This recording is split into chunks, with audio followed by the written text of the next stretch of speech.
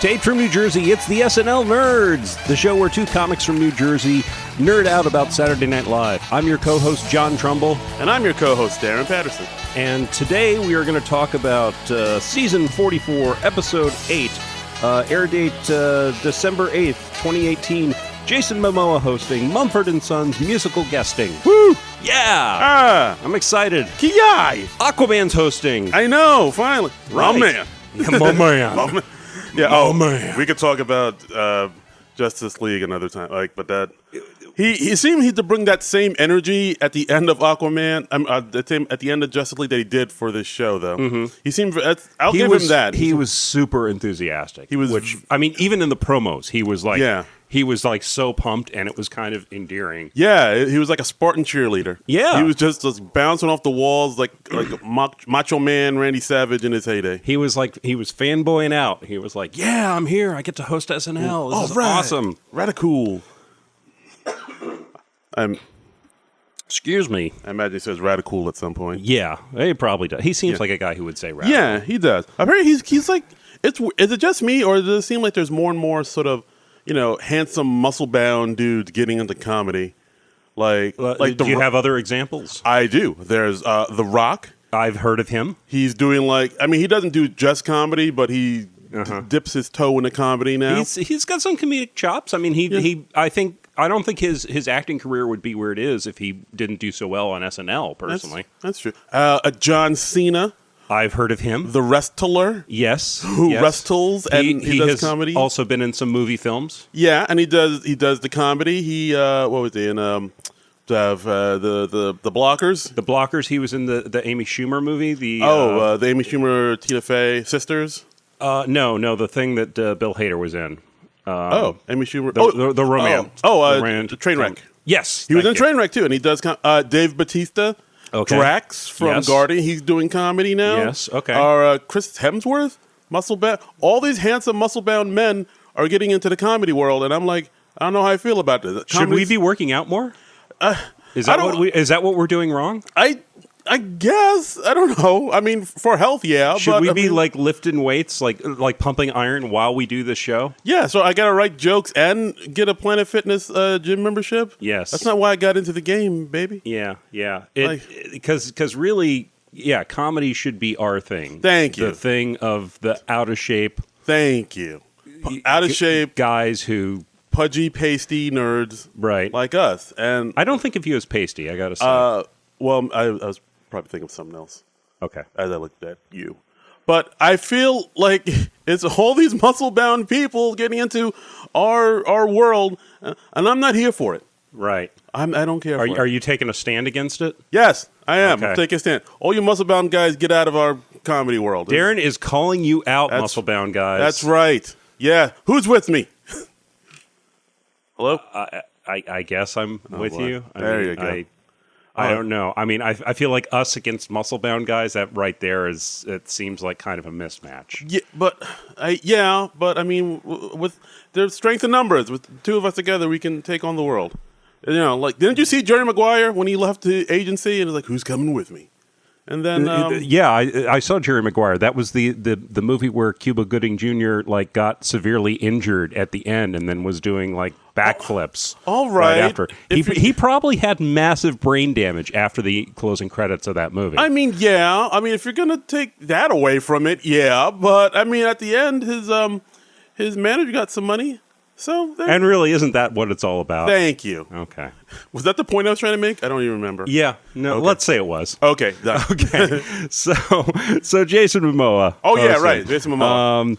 So we had the cold open. Would start out with Eric and Donald Trump Jr., which it's become one of the go-tos of the show. It's grown on me. They got an applause break when Donald Trump Jr. entered into Eric's bedroom. Yeah. Because people recognized him and they were happy and excited to see them. They were like, oh boy, it's a Trump boys. Trump boys.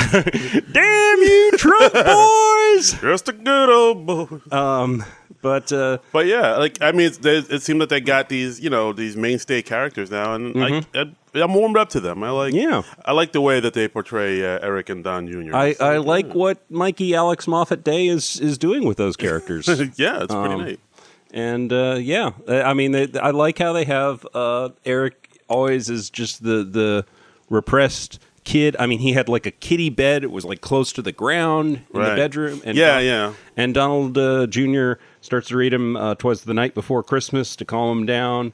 Eric he's nervous because he insists there's a boogeyman in his closet. Yes. And Donald Jr. opens the closet door, saying, "See, buddy, there's nothing in there." And another celebrity cameo, Mr. Robert De Niro as Mr. Robert Mueller. Dun, dun, dun. Another applause break because people are now recognize De Niro as Mueller. Yeah, it's I don't know. They, like every cold open, there's always like a cameo. And so like, it seems like that's like one of the, I mean, because they've cast so many people in and around the Trump administration with other celebrities. Yeah, that's true. That's I mean, people keep leaving and coming into this administration. Well, and also I was just thinking that the writers are just really in an interesting spot right now because they got to write about the Trump administration without having Trump because Alec Baldwin's not appearing too much as Donald Trump anymore. Yeah, that's true. He only did it like once, right? Like last I think week? he's been on like twice this season.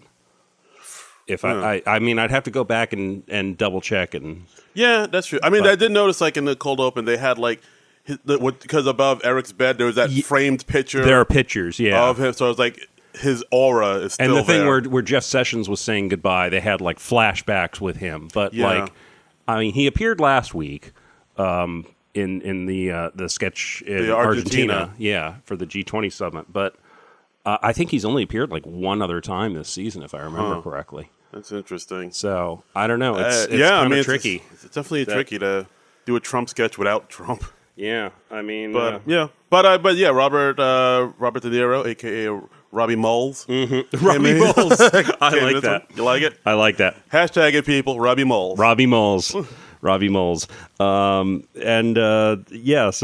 then Donald he goes out of the room to talk to his lawyer, and he's like, "What? How bad is it? Well, can I flip on him?" Yeah. And then Robert Mueller is talking with Eric and then I don't know. Did it distract you the way De Niro was kind of reading off the cue cards? Or the teleprompter. I guess.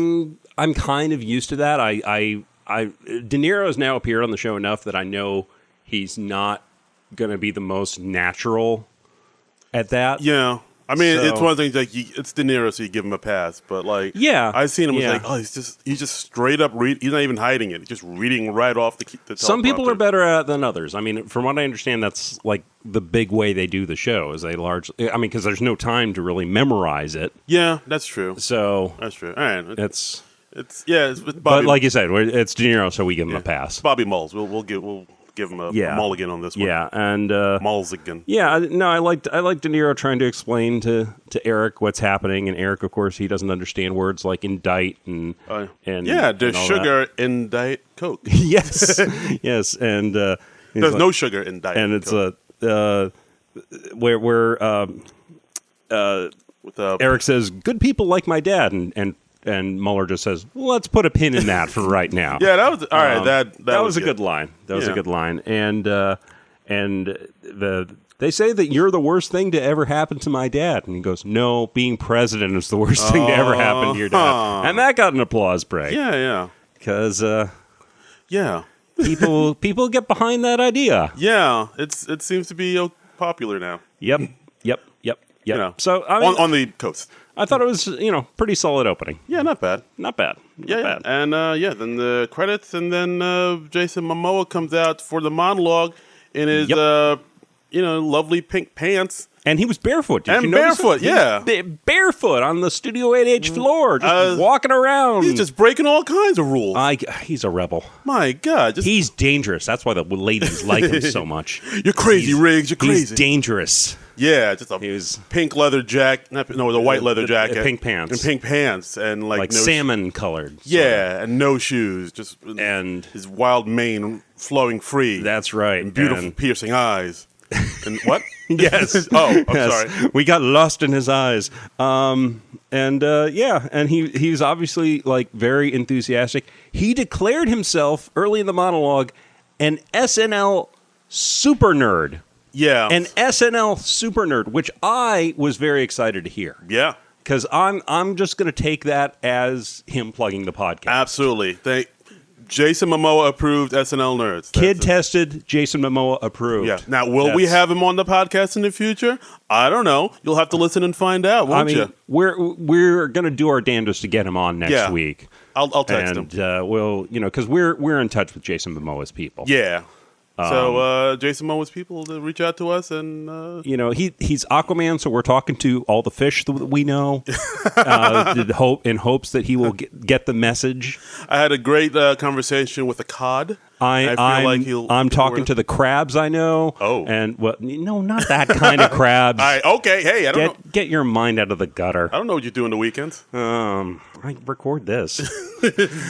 Nope. Saturday nights I'm watching SNL, and then Sundays I'm recording this. It's a thrilling life I lead. Well, but yeah. So he came out 80, and he opened a jar of pickles for 80 Bryant while he stared at her. Yes, stared into her eyes, and I think that went into her spank bank. Yeah, I guess women don't call it a spank bank.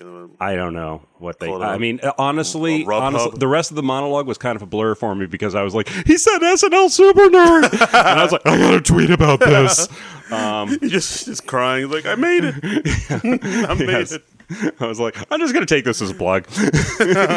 I'm just promotional opportunity I'm getting on Twitter. How many retweets? But then Kenan Thompson, Chris Redd, and Leslie Jones, they came out and they were dressed as like a 70s funk band. Yeah. And they were singing a song called Aqua Booty. Aqua Boogie.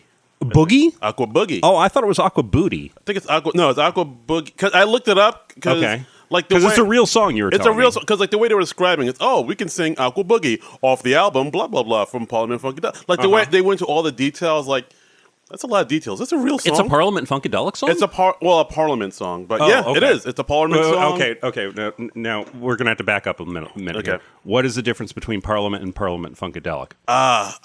Did like one evolve into the other? I think so. I could be wrong. I'm not a huge Parliament fan. Like, I know some of their stuff and I respect them all, but I know there's Parliament, and then I think it broke off and became Funkadelic, and then at some point it became Parliament Funkadelic.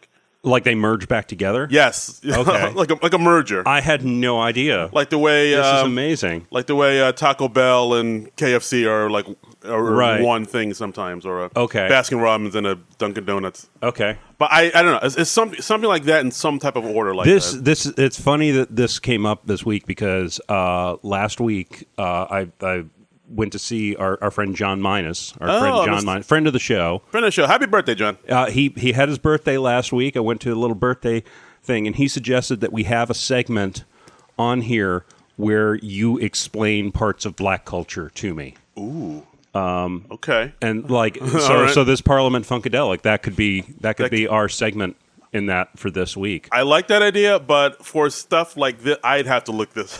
Like we'd have to have another black person on to explain this to me. So you're not black enough to explain black stuff to me. Is that what you're saying? In some regard, some things I know, like hip hop and like 90s hip hop and The Last Dragon, of course. Okay. But like when it comes to like Parliament Funkadelic, I know they have huge following, and I know a lot of their stuff inspired 90s West Coast rap. But as far as their works and their body of work, I'm like spotty on. Okay. So I'm going to do some homework on this. All right. And I will come back and I will explain it to you. All right. Tune in next week for the Parliament Funkadelic Minute. That's with right. Darren Patterson. The Funkadelic Minute. The Funkadelic Minute with Darren Patterson. Got the funk. Yeah. What's up, baby? Baby. I'm honestly still depressed that it wasn't Aqua Booty. I sorry. thought that was a wonderful title. If it makes you feel any better, that song Aqua Boogie is off the LP Motor Booty Affair. Okay, that's a great title. It's Motor Booty Affair. Yeah, I know this about Parliament Funkadelic. Like the word booty is in most of their songs. Okay. Like 9 times out of 10, the word booty or boogie is in the title of a song. Do they have a song called Booty Boogie? Boogie. Ooh, wow. They should, right? That's a mind bender. I wouldn't be surprised if they did. If they haven't, can we cut a single called Booty Boogie? Let's do it. All right. I'll get my bass. All right, we're gonna drop the first single. We're gonna drop the funk, people. On one of the skip weeks, I guess. Yeah. So look for that in 2019. Yeah. So let's see. Next we had the first sketch, which was elves on a shelf. Elf on a shelf, and there are 3 elves on shelves. That's tough to say. Reporting back to Santa Claus. We had Melissa Villaseñor, Mikey Day, and Mr. Jason Momoa as the J-Mose. As J-Mose. J-Moma. He was Scrappy, an elf who has been watching a particular kid for 13 years, and his child has just discovered masturbation. Right. I mean, they never say it, but Yes. Well, this is going back to my axiom of a few weeks ago that when you are in a hole in a sketch, you go to the masturbation. Go to whacking it. Just whacking it. You said hole in the sketch. I did. So yeah, when in doubt, you go with masturbation. When in doubt, rub it out. Which is a good rule for sketch comedy and probably a good rule for life. I would say. Pretty much. That's just when you're in a pickle, you grab that pickle. And Scrappy, he wants to be assigned to another kid because he feels very awkward watching the things that he does when he's alone in his bedroom. Yeah, and at one point he gave Santa his kid's wish list. Yeah, and Santa's like, "Oh, you spelled flashlight wrong." No. Yeah, no, see, that's a thing. I don't think everybody knows. I mean, I think enough people got that.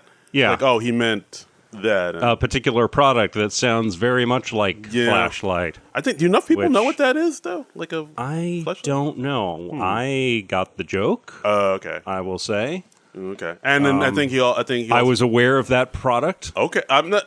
I'm not accusing you. Yeah.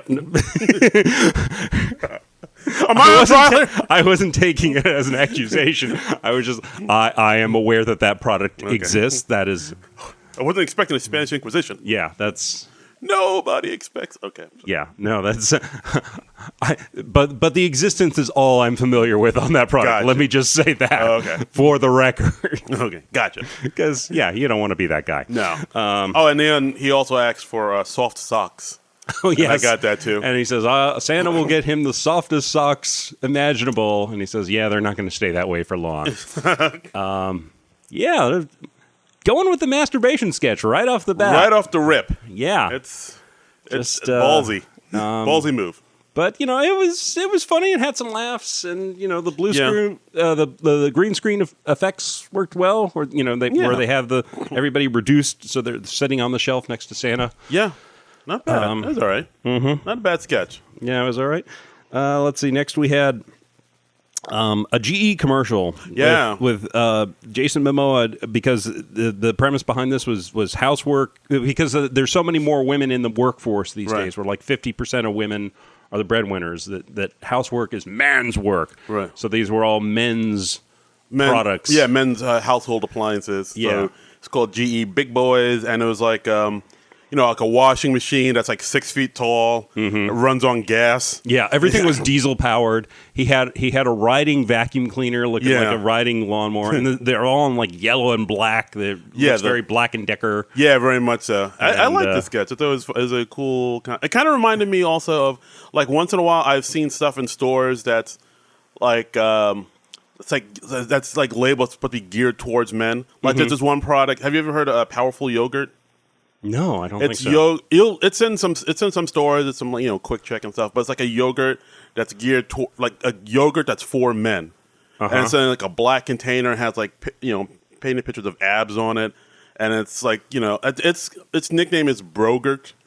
Okay, I swear it's a real thing. I had no idea. This is amazing. I swear it's a real thing, but it's like it's supposed to have like protein and vitamins and stuff that's supposed to specifically help men. So it's like a yogurt for dudes. So like if you feel wussy eating the Activia. Yeah, very much. The yogurt that makes Jamie Lee Curtis poop. Yeah, exactly. You can go with the Brogurt. Yeah, and feel like a real man eating yogurt with a spoon. I swear this is a real thing. I don't doubt you. I looked at it, I was like, really? You gotta be that, Just eat regular yogurt, man. I've never really considered yogurt a big threat to my masculinity. Apparently somebody does. But maybe that's why I'm not a huge muscular comedy star. That's right. like John Cena or The Rock. Or, you could be the new Drax if you just yogurt it They're up. probably going to need a new one, Yeah, darn too. Yeah. Darn tootin'. Yep, darn tootin' for the week. I almost said it, and then I caught myself. It's like, I'll just say it. And I also seen another thing where it's like they have this thing called Bic pens for her. And it's those like, I think I've heard you have of. seen Yes, those, right? It's like yes, a pen that's like for women. I'm like, why is this? It's a pen. Yeah. You know, women don't need like a special pen for themselves. It's Don't they though? Don't they? I don't need your cis male gender explaining, man. All pens matter. All pens are created equal. I don't know. All right. Next sketch we had Kyle Drogo's Ghost Dojo, which was like the parody of Jason's old Game of Thrones character.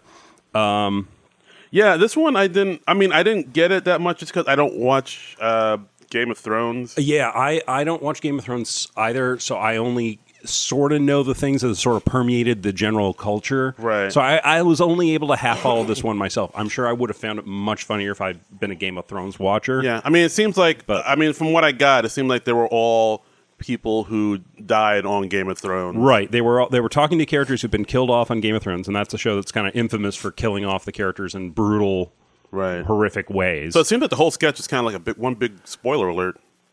Yeah, if you haven't, if you've never seen it, you don't plan on seeing it, it's whatever. But if you're like, maybe like still in the first season and you're watching this, it's like, oh. Yeah.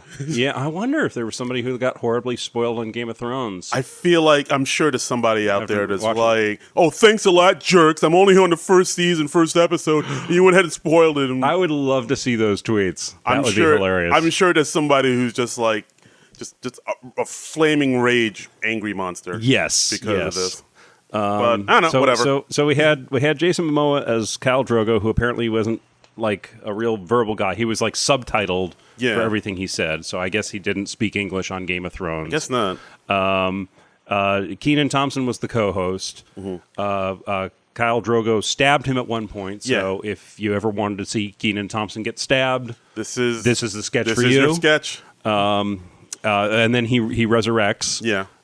Because I think they did that with Jon Snow. Like a phoenix from the ashes. Because I know Jon Snow was a very popular character. They killed him off, and then they brought him back. And let's see what else we had. We had Hodor come in. Yeah. Who was this big ogre type, and I know his name comes from Hold the Door. Hold the Door. Yeah. It's a weird, the whole sketch is basically like a lot of references to Game of Thrones, and so if you if you didn't watch like I don't, and you're like, all right, I guess this is something that's on the show, and I guess that's a thing. Pete Davidson comes on. I didn't get the name of his character. He looked like sort of albino-y. He got gold poured on him. I guess that's a thing. Let's see. We were just clueless about the whole thing. They had this I found funny. They had a fake commercial in there about the venue where the Red Wedding was held.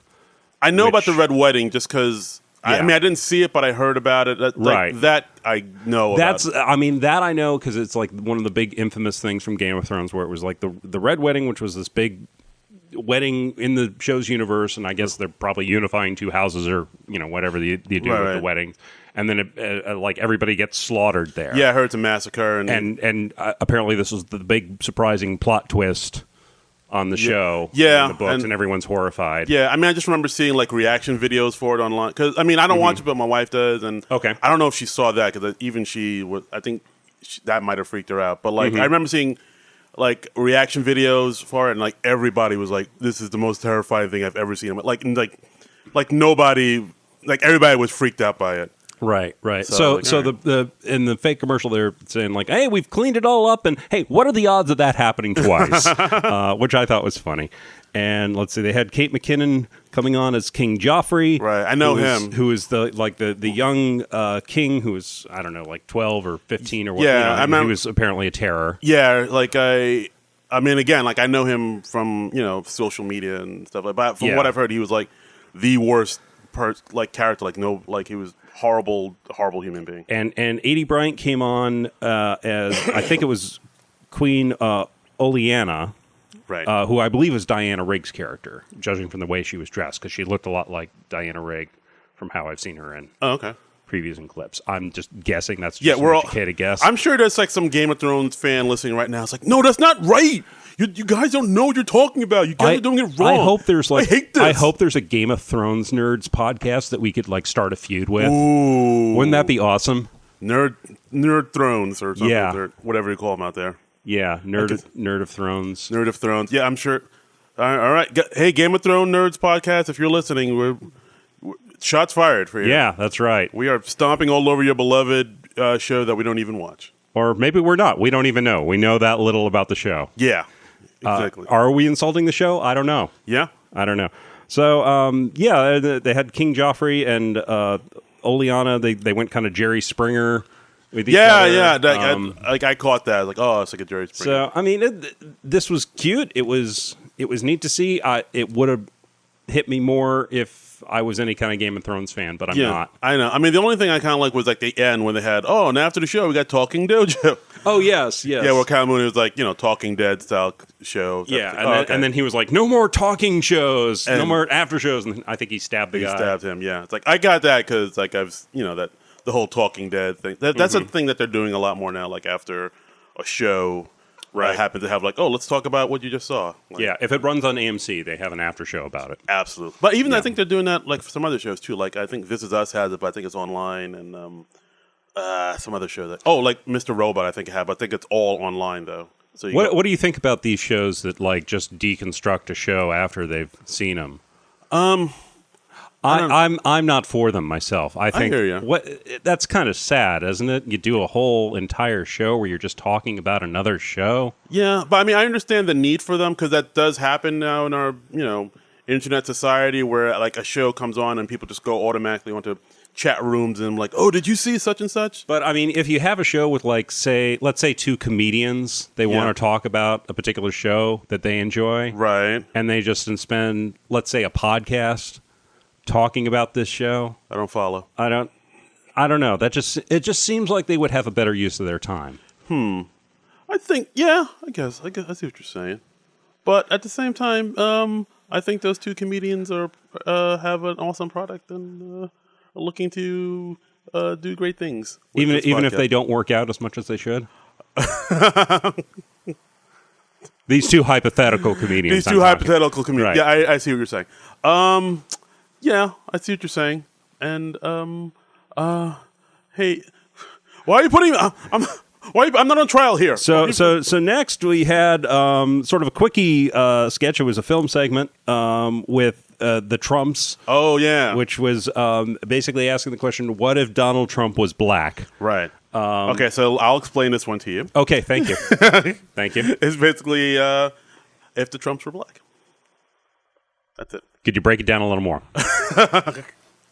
But no, I mean, I dug this. I dug this one quite a bit because it's just like they like immediately get arrested after. Yeah, it was Kenan Thompson as Darius Trump. They described it as from the producers of Empire. And yes, they're abruptly arrested. Called them Trump. And then he comes back and he's like, "Hey, it turns out a sitting president can't be prosecuted or whatever." And it's this, "Oh, you've just been impeached." Yeah, I was waiting on that. and then they roll the credits really quickly. I got a kick out of that. I enjoyed it. It was quick. It was funny. It was cool. Quick, funny, boom. Just in, out, boom. Yeah, I liked it. I like it. Next we had the musical guest, which were Mumford and Sons. Yoo-hoo. And I don't have much to say about them. I thought they were good. They were all folksy and jangly. Their first number. See, I thought they were getting into more like the I think didn't they go electric recently, and that kind of bothered people. They rocked out a little more on their second song. Yeah. I mean, is what they do rocking out really? Well, the Mumford and Sons equivalent of rocking out. Okay. Whatever whatever you would call that. Gotcha. Yeah. Just folksy Dust Bowl rock. Yeah, I mean, they got a guy with a banjo. Yeah, that's true. So, yeah, that was a thing for a while. That whole Dust Bowl, Grapes of Wrath rock scene for a bit. Mm-hmm. Just people in suspenders and banjos and playing jug. Mid-2000s. Yeah. Playing jugs and washboards at some point. Mm-hmm. And like now it's kind of gone. I think you were watching Hee Haw. Was that is that what that was? Yeah, you might have been watching Hee Haw. Did Mumford and Sons not have a jug band at some point? And They probably did. I don't know. okay. That seems alternative and weird, artisanal enough. It's like anybody can play an electric guitar, man. But yeah, only a few people. They're all playing mason jars. mason jars. Oh, God. Oh, what is that? They all have long beards and. God. There was one time, there was one time when I was in Williamsburg, Brooklyn. I was in a bar, and like, no joke, I did see one guy wearing like a straw hat, like those barbershop quartet singers. Like, oh, okay, like a boater. What was it called? I think they're called boaters. Boater. I just did boner for a minute, but yeah, it's like what? It's called a boat. It's called a boater. A boater. He was wearing that in a bar, like unironically, I think, and I was just like, dude, what are you? Stop that. Yeah. What are you trying to prove? Some people just try too hard. Really? Just like it's just I guess it's easier to wear a weird hat than to have a personality. When you're breaking out the mustache wax to put in the little curly Q. And it's like, yeah, we get it. You need attention. Thank you. You get it. I see you. You are here. Okay. Yeah. As you ride her off in your unicycle to your yurt in Bushwick or whatever. Yes, eating your manly yogurt. Yeah, eating your powerful yogurt. Your bro yogurt. Your brogurt. Oh, sweet brogurt. So, but that was Mumford and Sons. Yeah, I mean, I'm not a huge fan of them. Like, neither am I, but I liked them. They were good. Their music just kind of just there. I was just happy to have a musical guest I'd heard of. Oh, I know them. I know them. It's not too. I'm still young. It's not too late. I know.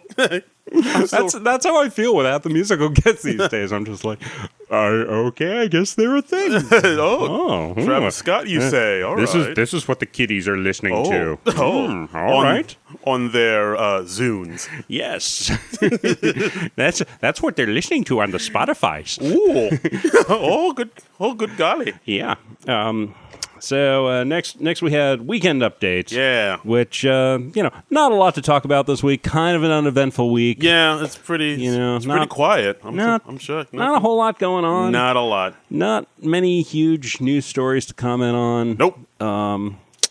Let's see. The joke I liked is Colin just says they released the teaser trailer for Trump Endgame, which that warmed the cockles of our nerd hearts. Yes, because we just we saw the Endgame trailer and Avengers Endgame. Woo! Ooh, boy. Yeah. Woo! My ticket is bought. Yes. It's not even a question. And there was an interesting line early on where Colin just was saying that Trump's tweets about China managed to tank the entire stock market, and it was just nothing. It just laid there.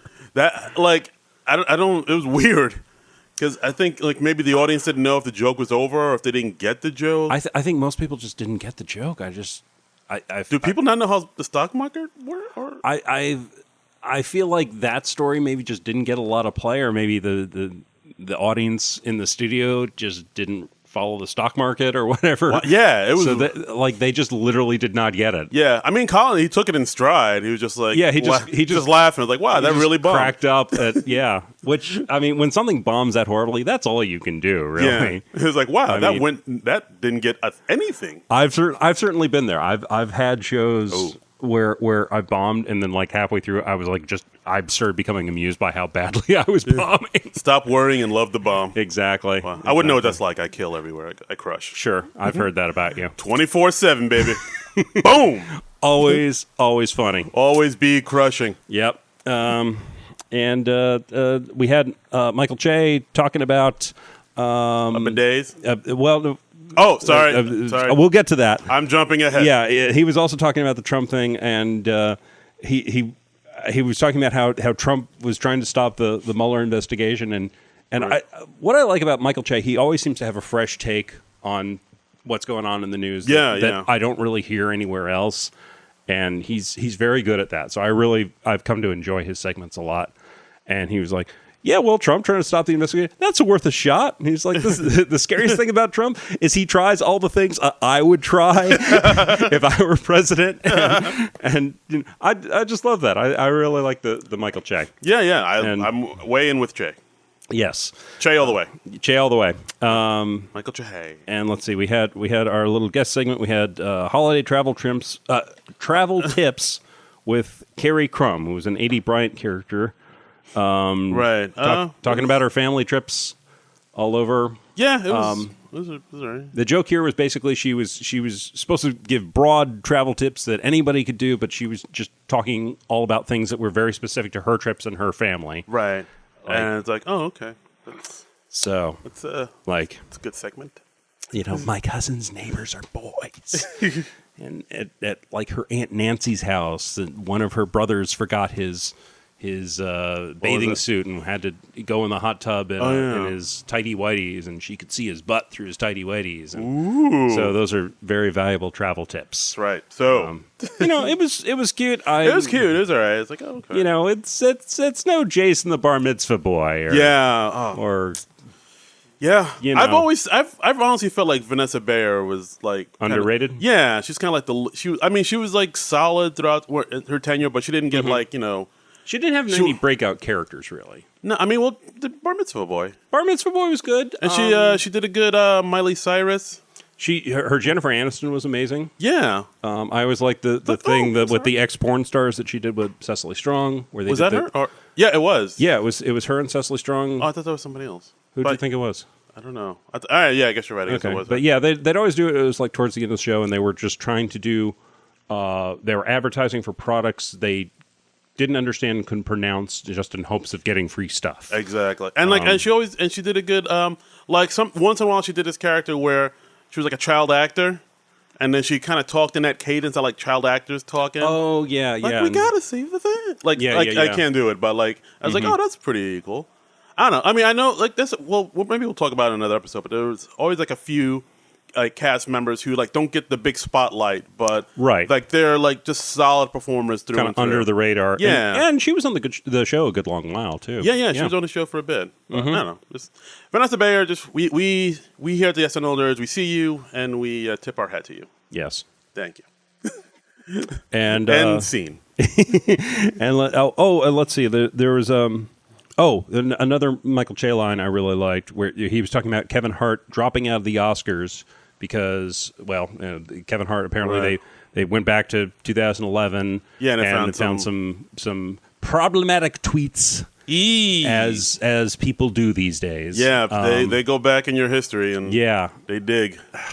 It's weird. And did you see what Nick Cannon did his thing? Oh yes, yeah. Nick Cannon, he went back and he did that for Amy Schumer and a couple other people. Sarah Silverman, and Chelsea Handler too. Yes, where they used problematic homophobic slurs, I guess you would call them. Yeah, the plot thickens.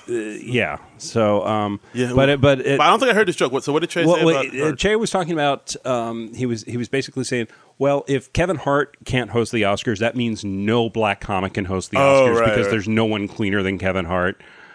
He says, the only comic I know who's cleaner than Kevin Hart is booked for the next 3 to 10 years. And then they throw up a picture of Bill Cosby. And everybody's like, eee! Yeah. Great line, great observation. He's not wrong. Yeah. He's not wrong. It is a little weird how, we're now in a state where you can lose a job over a thing you said or wrote 5, 10, however many years ago, and it's like you have to have a spotless reputation for all time. It is. Did they fire him or did he quit? The Academy asked him to apologize, and he refused to apologize. But then he stepped down as host. But he sort of issued an apology in his statement where he was stepping down as host. Oh. And he deleted the tweets. He deleted the tweets after he was announced as the Oscar winner, but of course somebody had screen capped him or whatever. Yeah, nothing is gone from the internet forever. Yeah. Somebody's out there just screen capping everything and not leaving their home. And it's it's so easy, especially something with like Twitter where you don't really think of it staying up permanently. Yeah. Even if you delete it, because it's so you're on to the next thing so quickly. But I don't know. I mean, Yeah, as a comic, it's one. I don't like tweet that much. Like I'll tweet like where I'm doing shows and stuff, but I'm always afraid of that, like putting out like jokes or maybe an idea for a joke I have, because like, well, for one thing, I'm afraid like that where somebody will misconstrue it and use it to come back after I of course make it big. But I'm also weird about like maybe somebody using it and claiming it as their own. Like they'll be like, they'll like take my joke and then like copy and paste and be like, oh, look at this funny thing I wrote, and like I don't know, like it's tricky beast. Yeah, actually, like there's a comic I know. Well, actually, I only know him online. Anthony Capper. He wrote a very good joke, which was if Trump wanted Hillary to go to jail, he should have put her in his cabinet. Oh yeah. Or no, I'm sorry, I'm paraphrasing it. The phrasing was better. If Trump wanted Hillary to be locked up, he should have put her in his cabinet. Right. And that joke that got some traction, but it's also been stolen by a few people. Right. On Twitter and elsewhere. And I saw like some people that we knew were like calling those people out for that, and I was joining because I don't like joke thieves. Yeah, no, absolutely. And the weirdest thing was this happened like literally yesterday. Somebody else had taken the joke, but they changed it to, if he wanted her locked up, he should have put her in his campaign, which isn't as funny. Yeah. And isn't as accurate. Right. And so I responded to like several of the tweets just saying like, you shouldn't have ripped this off from Anthony Kaepernick. And I used like the hashtag, and I put like their screen name and put joke thief after it. Ooh. And this is the weird thing. The person like liked those tweets and then were like, oh no, I just like, it was just coincidental creation. But Anthony seemed to be satisfied with that explanation, which was fine. All right. So, let it go. And then this person follows me. I don't know what? I know. People are weird. People are so weird. I called this person like a joke thief like 5 to 10 times on Twitter, and then they like those tweets and then follow me. It's like, oh, hey, this guy knows what's up. Let me follow him. He tells it like it is. I don't get it at all. I don't. I'm so confused. People are so strange. I'm so confused. Oh, you Gavolt. But anyway, back to Weekend Update. Weekend Update. There was one last segment with Michael Che. And that's bidets. Yes. Michael Bidet. Michael Che is pro bidet. Yeah, I'm down with that. He was just apparently he just got a bidet in life. Changed your life. He was just raving about it, about how awesome it is to have a bidet. Yeah. I mean, it's you gotta. I mean, if you gotta clean out up there sometimes. Yeah. I don't think I've ever used a bidet. I don't think I have. I think I would remember that. Not about that life, but like if you got like wet wipes or something like that, you gotta clean out the clean out the pipes. You gotta keep a clean house. Yes, gotta scrub out the pipes. Yeah, as it were. I liked at one point he just paused and went, "Shut up, Colin, you white guy." I got a kick out of that. I liked that in the moment he really couldn't come up with anything more cutting than "you white guy." Sometimes that's even funnier when you can't think of something. You're like, absolutely. Be quiet, you white guy, man, fella. Which, but when you're talking to Colin Jost, that cuts pretty deep. Yeah, that's. Oh, didn't he do like some type of commercial? I texted you yesterday. I was watching TV last night. I was watching my recording of This Week at the Comedy Cellar. From Comedy Central. Oh, yeah. And they had a commercial with Colin Jost advertising Izod sweaters from Kohl's, the department store. Wow. And I think it's literally the whitest thing I've seen in my life. That's like, I mean, that is white. That's like I think the only thing that could be whiter than that would be like a Klan rally, Oh, Jesus. I didn't know you were going to go there. Holy fuck. All right. That's pretty. I was going to say something like a polar bear in a snowstorm, and you went to like Klan. Yeah, good gravy. I'm a controversial comedian. Wow, you mix it up. Holy, I call it like it is because that's how I get the follows on the Twitter from Klan people and. No, from me calling out. I see the joke thieves and the Klan people. Oh, okay, all right. Because I tell it like it is. I'm on the edge of glory. Edgy. Yes, hanging on a moon. That's Lady Gaga. I know. Okay. I know. I mean, it's not black, but I'll still explain that to you. Okay. Oh, good times. Stop Darren-splaining to me. Oh shit! That's a new thing? That's a new thing. I like it. That's a new thing that I just coined that term. Hashtag it. Darren-splaining. Yeah. We're doing it. Doing big things.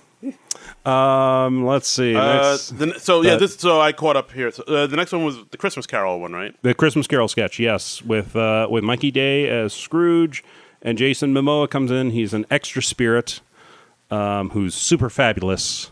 Yeah, I didn't get what his. So he was just an extra spirit.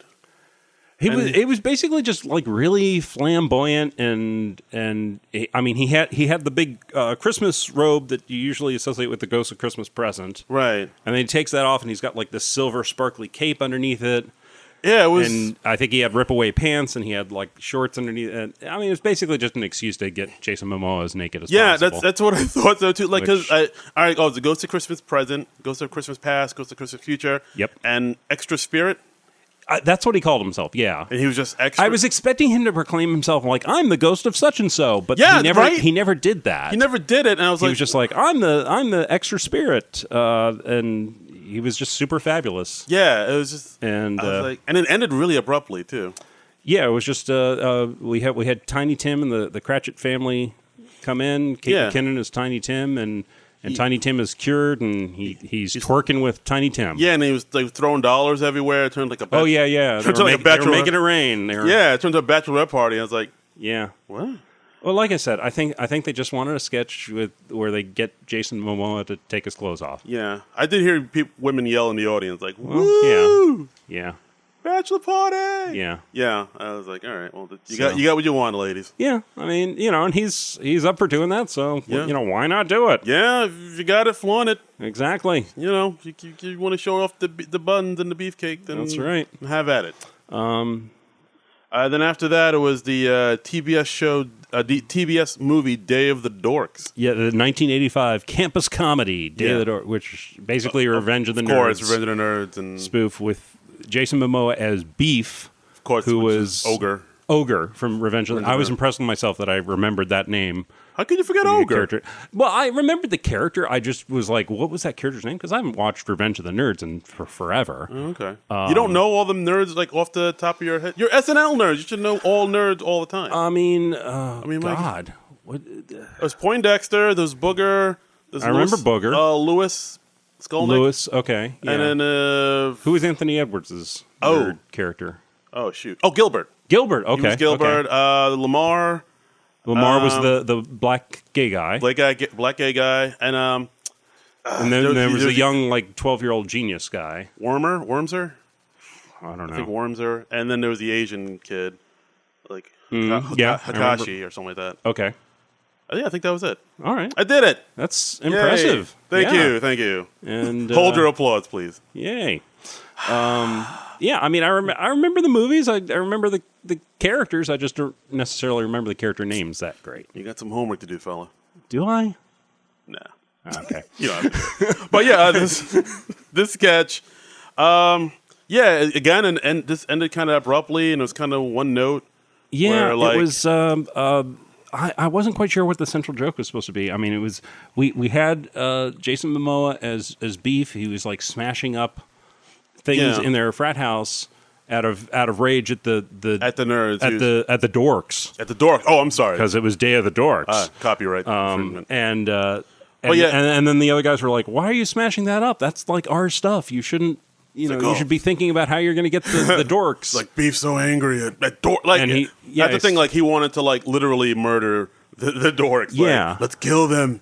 And and I wasn't sure if the joke was like he was going too far out of revenge, or if the joke was he was smashing up their stuff, and the other people were calling him out on it. I mean, neither one seemed to go very far. Yeah, I mean, they were throwing on other things like how Beef has been there for a while. Like he couldn't read. Yeah. And then one was like, you can't read? You've been here for 8 years at this college. Why can't you? Yeah. It was, and then it just kind of ended. Well, it didn't kind of end, but they brought in Kyle Mooney as the undercover dork. And who looked eerily like Robert Carradine did in Revenge of the Nerds. I thought, it seemed a little unfocused. I wasn't quite sure what the point was. Like maybe just somebody wanted to dress up Like Jason Momoa as Ogre from Revenge of the Nerds, because he looked really good. Yeah, he looked great. He looked like the character from Revenge of the Nerds. Yeah, and I remember Ogre becomes a nerd at the end in one of the sequels. No, the second one, Nerds in Paradise. Yes, of course. Timeless classic. He discovers his inner nerd, and he becomes like one of the nerds. And wow, that's back when like being a nerd was a bad thing. Remember those days? Yeah, crazy. Yeah. The time changes all. Yeah, that movie was like 84. And, there was a time when being a nerd was like a slur, and now it's like everybody's a nerd. Have you looked at that movie lately, though? It's a problem. It's a problem. I mean, it's a problem. Robert Carradine's character like straight up rapes the woman, the lead actress in that movie. Yeah, he's wearing the Darth Vader mask, and he's like, "Yeah, I'll sleep with you," and then it's like, "Hey, wait a minute, you're not my boyfriend." Like, when do you? And she just takes it in stride. She's just like, "Oh, you're not my boyfriend. All right, it is cool." Yeah, you weren't the guy I thought you were, but the sex was really good, so we're all cool, and we're a couple now. Yeah, I mean, at the time, it's like one of those things where you're like, "Oh, all right, that's," but you look back on it now, like, and the panty raid and the '80s, like we legit didn't think about that shit. No, and it's weird. Like I also, it didn't even. You don't have to go back to the '80s. Like I'd watch. Like recently, I saw American Pie, and like. I totally forgot. Oh, they're broadcasting Nadia. Yeah, and over the internet, and like everybody's watching her without her knowledge or consent. Without her knowledge, and like I remember watching that movie in the theaters, thinking it was hilarious, and I look back on it now, I was like, oh my god, that's terrifying. And it's like wacky teenage hijinks, and then they just have like a throwaway line, and it's like, oh yeah, she was shipped back to her home country anyway. Anyway, you gonna bone this band chick or what? Whoa! Wow. So, I mean... Yeah, we're done with your boobies. Now let's get back to this. Let's get back to... That's really what it's like. Let's get back to prom. Yeah. And, I mean, Animal House has its problems, too. I can't get as outraged about Animal House, though, because I think Animal House knows how horrifying it's being. Right, yeah. And... I don't know if those other movies did. Yeah, yeah, that's true. But I mean, honestly, I think if you look back on any teen, horny teen movie, like you'll see something like maybe if you go to look at Superbad or like Can't Hardly Wait, Superbad. The central thing in that is like, oh yeah, we'll get the girls too drunk to lower their inhibitions so they don't. Yeah, I mean, but I think Superbad has a little self-awareness to it. I think that's when people started to being like, because wait a minute. At the end, like I think Michael Cera's character is like, oh well, isn't this bad if like I get her drunk just to sleep with her? And they're like, no, not if you get totally drunk too. So, which is still like wrong, but I think it if you have a little self-awareness, I think that and I can honestly makes it more forgivable. I could see some like high schoolers being like, oh yeah, that's sound logic. If I'm drunk and that's fine. Right. It's like, but yeah, we're if all our teenage fans listening, that's not cool though. Yeah.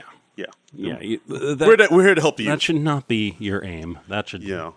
I know you're at a crazy time right now, and you're trying. The hormones are raging. Yeah, you're just trying. And we're here for you. We are. Call in with. Yes, call in with all your teenage questions about the changes happening to your body. Oh, the phones are lighting up. Well, don't say it like that. That sounds pervy. Okay. But how should we phrase it? Call in, teens, if you have problems and stuff, in a totally non-pervy way. Okay. And yeah, everything's. So I just made this podcast problematic. Is that what you're saying now? It's podomatic. There you go. Next sketch. What was the next sketch? Sleigh rides, right? The winter sleigh ride. Yes. Yeah. With. Cecily Strong returning as one of her recurring characters, Gemma. How does she says a Gemma, right? Yeah. I'm British. I have an accent. Yeah, who's very, very Spice Girls-y. Yeah, I think it's based on the Spice Girls. I feel like it. I get a real Posh Spice vibe from her. I can dig that. If I had to assign her to a particular Spice Girl, she's not scary. She's not baby. She's posh. Yeah, she's definitely not ginger. She's not baby. Who is the other? Sporty. Sporty. Is that all of them? There were like 5. Scary. This is like the nerds. Sporty, scary, ginger, posh, baby. That's it. Yeah. Boom. Yeah, I'm killing in the naming game. You are. I'm pretty good. Pretty good. So, and it was funny that the sketch came where it did in the show, because I literally, right before the sketch came on, I wrote in my notes, like, have we seen Cecily Strong at all yet in the show? Because it just occurred to me. I was like, I don't think I've seen her in anything, which is kind of unusual. And the SNL gods heard you and answered smiled on me. And, answered your pleas. And yes. And so, I mean, the premise of this is always the same. It's Gemma and her boyfriend. Right. It's always a different boyfriend. And it's always but Jason Momoa is perfect casting as the annoying boyfriend. Right. He fulfilled that role very well. And they're bothering some mild acquaintance that the boyfriend knew from somewhere. And they're just disrupting their good time. Yeah, and they're just saying, insane off the wall things. Like, I was like, oh, I got a brand new vagina today. Exactly. It's like, today? How did you do that? And we had Kenan Thompson and Leslie Jones as the couple. They were annoying. Right, because Leslie Jones was hoping Kenan would propose, and Kenan's like, hey, let's hold off on that. Which I kind of liked that running through the sketch. That was funny. That was cute. Yeah, I dug that.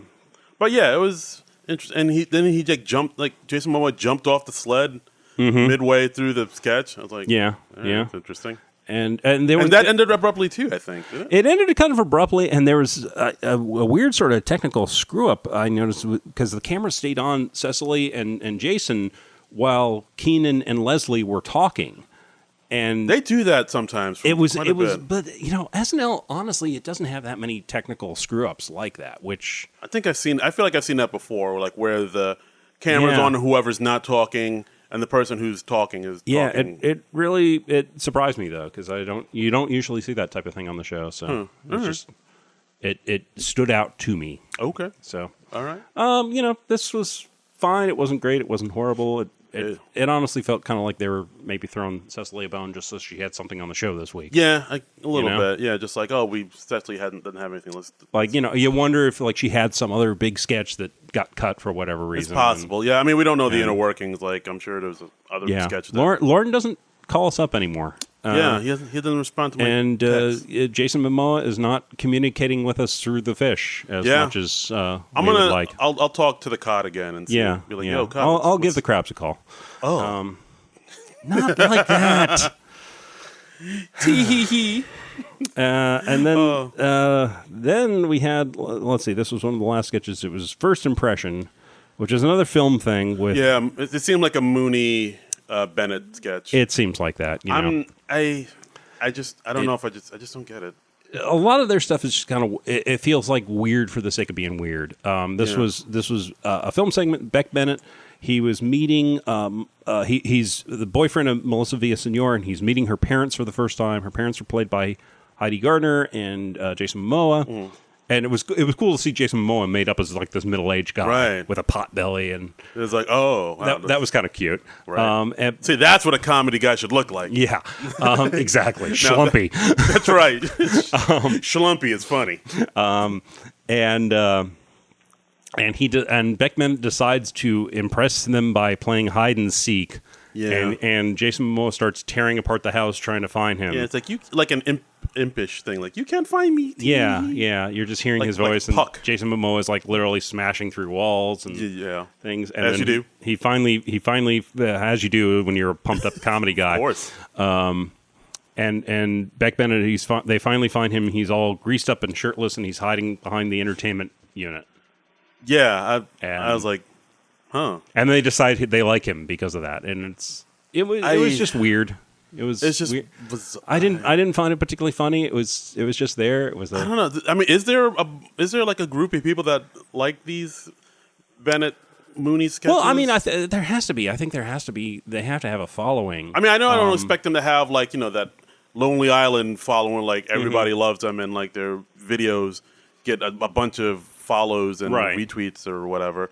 But I don't know. All these videos, they always seem to like kind of fall flat with the audience, and maybe it's just me, or like I never hear anybody say, "Oh, those Mooney Beckett sketches are awesome." I find them a mixed bag. I'm not going to say they've never done anything I've liked. Sometimes I really like them. Sometimes I'm just like, yeah, that didn't work, or that was just weird. Yeah. But I mean, one of the things I admire about SNL is they do all sorts of different types of humor. So that's true. I don't necessarily expect every single sketch to be for me. Right. Sometimes it'll be, right in your wheelhouse. Other times it'll just be over your head. Yeah, I guess. exactly. Yeah, I guess that makes sense. And I think by the nature of the show, it's just always going to be a mixed bag. This is true. So that one I didn't like too much, but I thought the next sketch was great. The next sketch the final sketch. The final sketch with Pete Davidson as Rudolph the Red-Nosed Reindeer.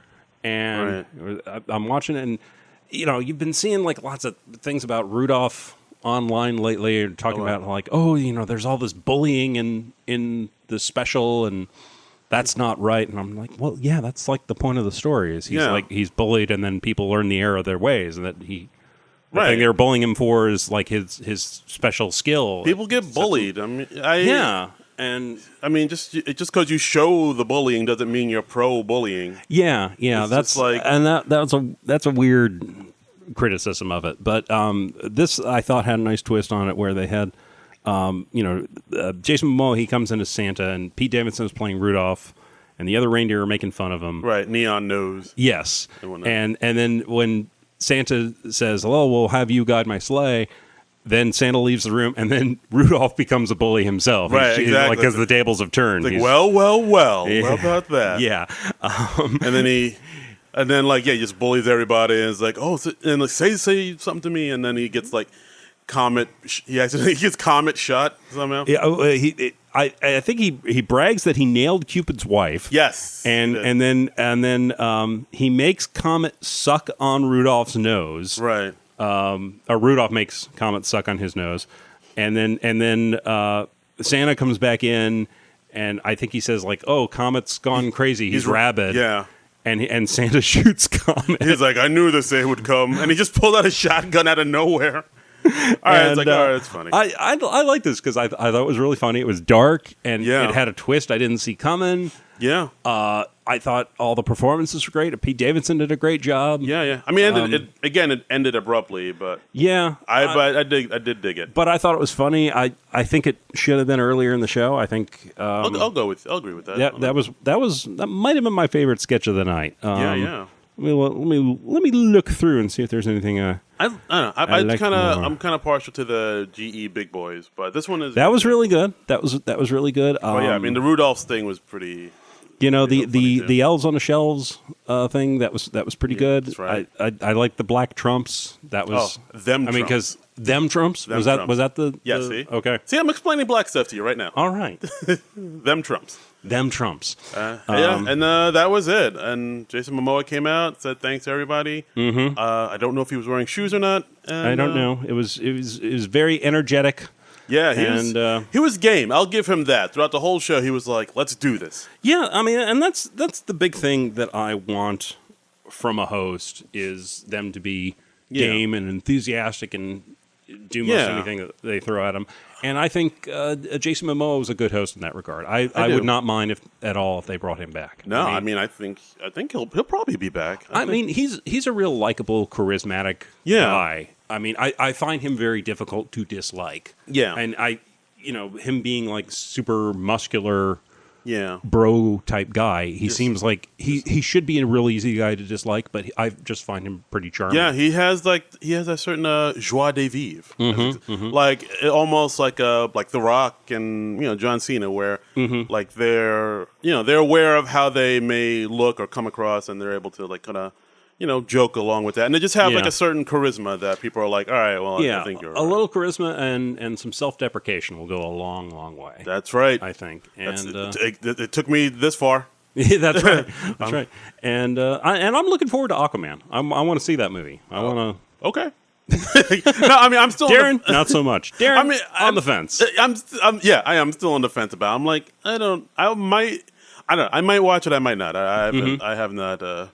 I like the looks of it. I think the trailer looks good. I like. I mean, from the reviews I've seen, they've all been pretty positive.